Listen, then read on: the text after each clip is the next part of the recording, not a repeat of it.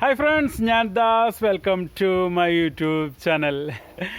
ഞാൻ ഇന്ന് നിങ്ങളുടെ മുന്നിലേക്ക് എത്തിയിരിക്കുന്നത് ഒരു കാര്യം നിങ്ങളോട് പറയുന്നതിന് വേണ്ടിയിട്ടാണ്. നമ്മളിതിനു മുമ്പ് ഒരിക്കൽ പറഞ്ഞതാണ്, പക്ഷേ പെട്ടെന്നുണ്ടായ ഈ കോവിഡ് സാഹചര്യം മൂലം അത് പിന്നത്തേക്ക് മാറ്റി വയ്ക്കേണ്ടി വന്നു. ഇപ്പോൾ ചെറിയ നിയന്ത്രണങ്ങളിലൊക്കെ ഇളവ് വരുത്തിയിട്ടുള്ളത് കൊണ്ട് വീണ്ടും നമ്മൾ ഈ ഒരു ആശയം നിങ്ങളുടെ മുന്നിലേക്ക് വയ്ക്കുകയാണ്.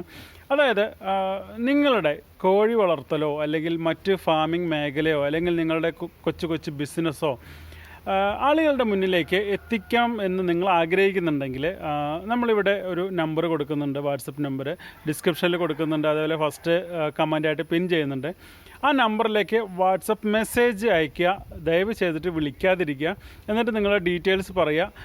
ഇപ്പോൾ നമ്മുടെ ഈ പരിസരത്തുള്ള പരിസര പ്രദേശങ്ങൾ, അതായത് പാലക്കാട് ജില്ലയിൽ മലപ്പുറം പെരിന്തൽമണ്ണ ആ ഏരിയയിലുള്ള സംഭവങ്ങളൊക്കെ ആണെങ്കിൽ നമുക്ക് പെട്ടെന്ന് ചെയ്യാൻ വേണ്ടിയിട്ട് പറ്റും. ദൂര സ്ഥലത്തൊക്കെ ആകുമ്പോൾ ഈ കോവിഡ് നിയന്ത്രണങ്ങളൊക്കെ ഒന്നുകൂടെ ലഘുവായതിന് ശേഷം മാത്രം നമുക്ക് ദൂര സ്ഥലത്തുള്ളതൊക്കെ ചെയ്യാം.